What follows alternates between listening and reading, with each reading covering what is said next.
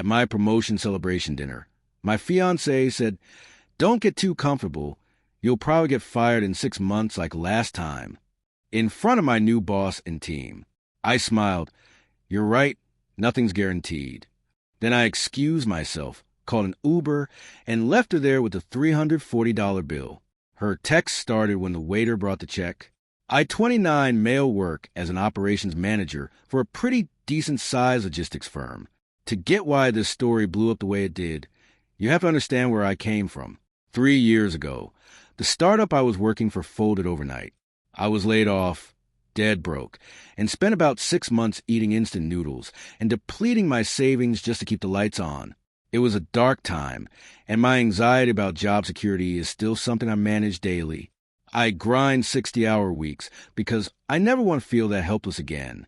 My fiancée, well, ex-fiancée now, was around for the tail end of that recovery. We'd been together 4 years. She saw the stress. She knew exactly how hard I worked to claw my way back up.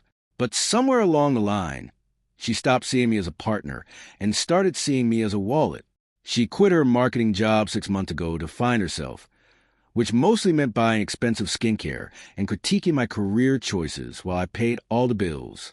So, when I finally landed a senior director promotion, big title bump, 40% raise, stock options, I was ecstatic. My new boss, a guy in his 50s who really stuck his neck out for me, suggested we grab a celebratory dinner. He wanted to welcome me to the leadership team. I invited my fiancée because I wanted her to share the win.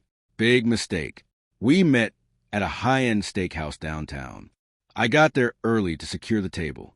My boss arrived on time, shaking my hand, genuinely happy for me. Then she walked in, 20 minutes late. No apology. She just sat down, looked at my boss, and said, "Traffic was a nightmare. I hope you haven't ordered yet. I'm starving." My boss is a class act. He just smiled and said, "We were waiting for the guest of honor." She didn't even look at me. She grabbed a wine list and ordered a bottle of Camus without asking. That's a $180 bottle.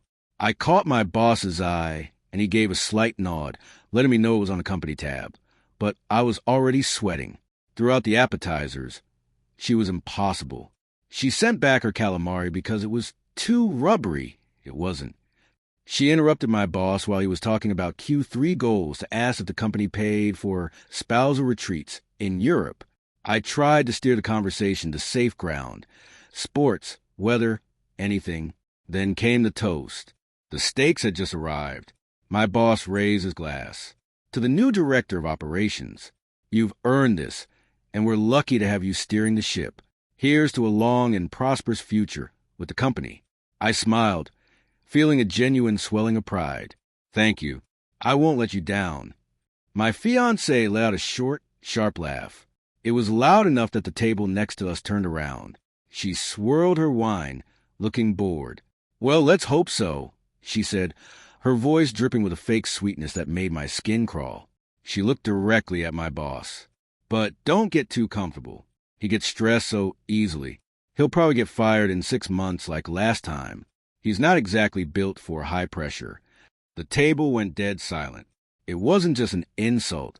It was a calculated strike at my deepest insecurity, delivered to the one person who held my professional future in his hands. It was an attempt to humiliate me, to remind me that no matter what I achieved, she saw me as a guy who lost his job 3 years ago. My boss looked down at his plate, clearly mortified on my behalf. I looked at her. She was smirking, waiting for me to do what I usually do. Laugh it off, apologize for her quirky sense of humor, and smooth things over. She expected me to absorb the blow, to keep the peace. Something in my brain just clicked. It wasn't rage. It was clarity. I realized I was about to marry a woman who actively rooted for my failure because it made me easier to control. I placed my napkin on the table. I didn't raise my voice. I smiled. "You're right," I said. "Nothing is guaranteed in this economy. It's smart to be cautious." She looked confused.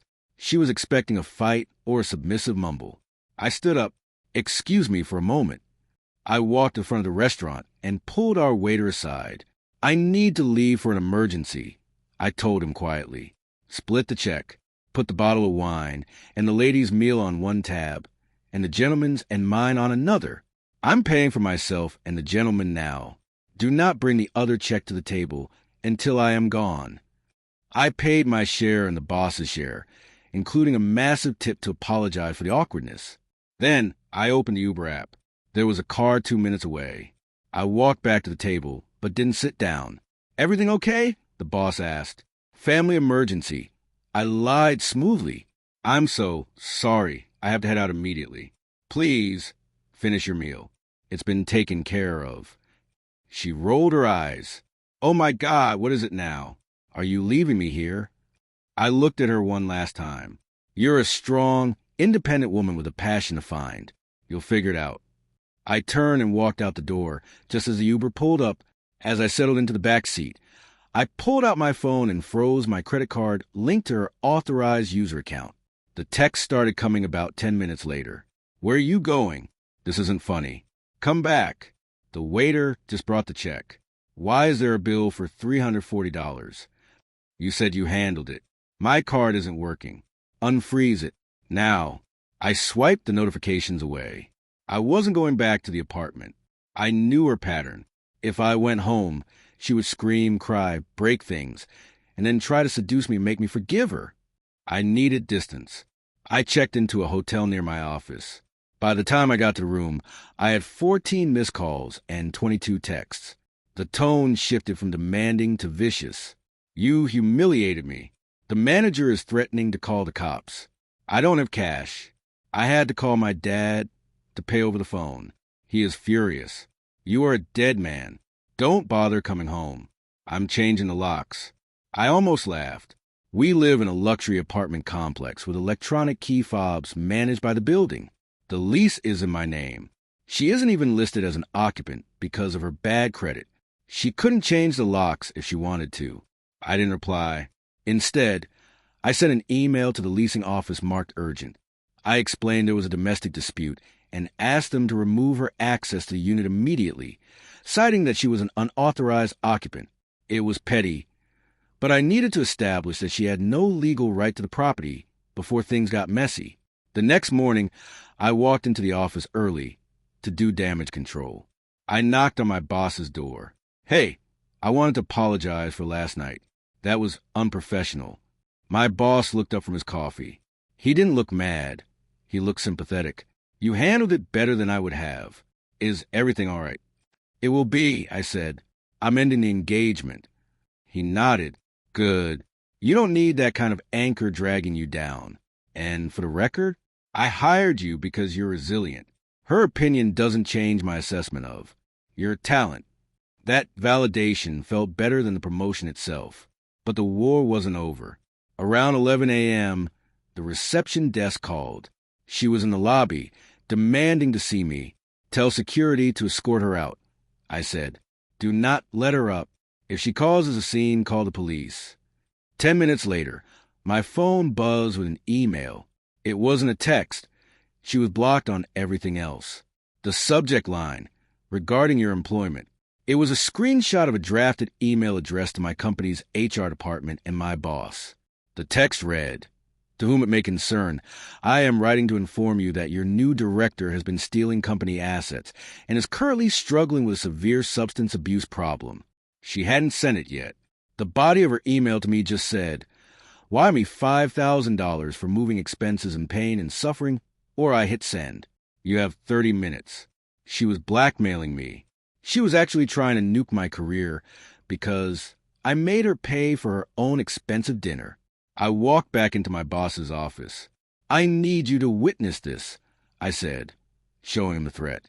This is extortion, he said, jaw tightening. I know. I'm going to the police station now. Go, he said. Legal will handle her if she tries to contact us. I went to the precinct and filed a police report for extortion. I showed them the texts and the financial records. In my state, attempting to extort money by threatening to destroy someone's reputation is a felony. The officer took it seriously, especially with the digital paper trail. I finally went back to the apartment around 4 p.m., accompanied by a police escort to retrieve my things. I wasn't moving out, but I needed to secure my documents before I formally evicted her. When we opened the door, the place was a wreck. She had redecorated. My clothes were in the bathtub, soaked in bleach. My 65-inch OLED TV was smashed on the floor. She was sitting on the couch, drinking wine, looking smug. When she saw the uniform behind me, her face dropped. "What is this?" she screeched. "This is Officer Miller," I said, stepping over the shattered TV. "He's here to document the destruction of property, and I'm here to serve you with this." I handed her a notice to quit. "You have 30 days. But considering you just destroyed about $4,000 worth of my property, Officer Miller is going to arrest you for criminal mischief right now." She froze. "You wouldn't. You tried to get me fired today." I said, cold as ice. "You told me not to get comfortable. I took your advice." Officer Miller stepped forward. "Ma'am, stand up and put your hands behind your back." As they handcuffed her, she started screaming that I hit her. "He beat me. Look at my arm." She was flailing, trying to create a bruise. "Ma'am, I've been standing here the whole time," the officer said, unimpressed. "He hasn't touched you, but making a false police report is another charge we can add to the list." They dragged her out. I stood in the silence of my ruined apartment, the smell of bleach burning my nose. I thought it was over. I was wrong. She made bail the next day, and that's when she played her dirtiest card yet. 3 days after the arrest, I was served with a temporary restraining order, TRO. In her affidavit, she claimed that I had been financially abusive and that I had shoved her against the wall the night of the arrest before the police arrived. Because TROs are often granted immediately to ensure safety, I was legally barred from entering my own apartment. I had to live in a hotel, paying a mortgage on a condo I couldn't enter, while the woman who destroyed it lived there for free. My lawyer, Sarah, looked over the paperwork. She's playing the system. The TRO buys her time to stay in the apartment. "Did you have cameras?" "Nest cameras in the living room and hallway." I said, "Cloud storage. 24/7 recording." Did she know about them? She knows they exist, but she thinks they only record when the security system is armed. She doesn't know I upgraded to continuous recording last year. We pulled the footage. It was crystal clear. The night of the arrest, I entered with the officer. I never touched her. Even better, the footage from the previous days showed her destroying my property while laughing on the phone to her mother. "We need to get the ring back, too," Sarah noted. "In this state, an engagement ring is a conditional gift. No marriage, no ring." We filed a motion to dissolve the TRO and a countersuit for the return of the ring and damages. The court date arrived 2 weeks later. She showed up with a public defender, looking frail and traumatized, wearing modest clothes instead of her usual designer gear. Her lawyer gave a speech about my controlling behavior. Then it was Sarah's turn. She didn't give a speech. She just played the video evidence. First, the clip of her destroying the TV. Then, the clip of the arrest, proving I never touched her. Finally, a clip I hadn't even watched yet. It was from the night of the dinner, after she got home and I was at the hotel. She was pacing the living room, screaming at her dad on speakerphone. "I don't care if it's fraud, Dad. Just tell the bank he stole your car details. I need the money until I can force him to sign a settlement. He's weak. He'll pay me to go away." The courtroom went dead silent.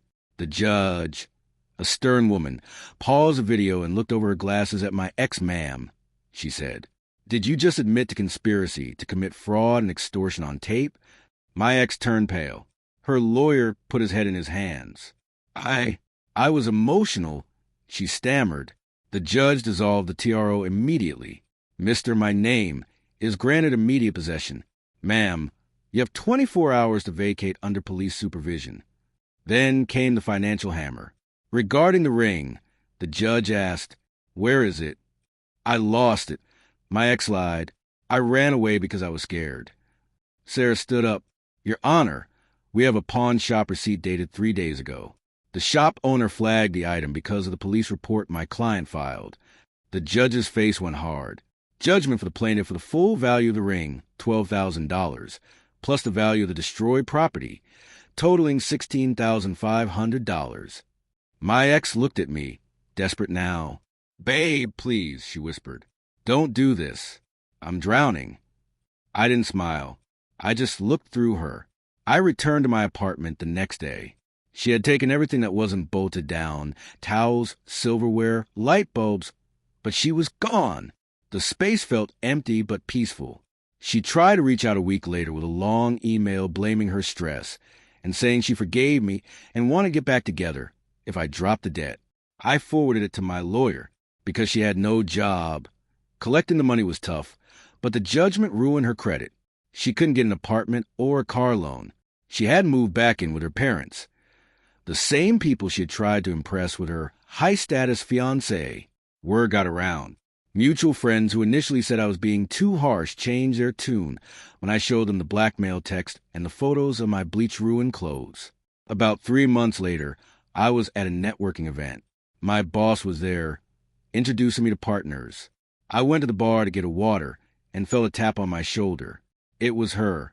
She was working as a server for the catering company. She looked exhausted, wearing a uniform that was too big. "My name," she said, holding a tray of appetizers. "I'm working. I'm trying to pay you back. The garnishment takes half my check. That's how debt works," I said. "Can't we just talk?" she pleaded. I was stupid. I know I was. But I did it because I was terrified of losing the lifestyle we had. "I love you." "You didn't love me," I said. "You loved the lifestyle. And when you thought that was threatened, you tried to destroy the person providing it." "I can change," she said, tears forming. I looked at her and felt nothing. No anger, no love, just indifference. "I don't care if you change," I said. "It has nothing to do with me anymore." I walked away, back to my boss and partners. I saw her watching me from across the room. She watched me being respected. She watched me being comfortable. She got fired from that catering gig 2 weeks later.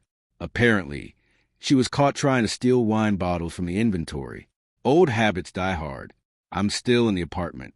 I bought a new TV. I'm dating someone new, a teacher who insists on splitting the bill and actually asks how my day was.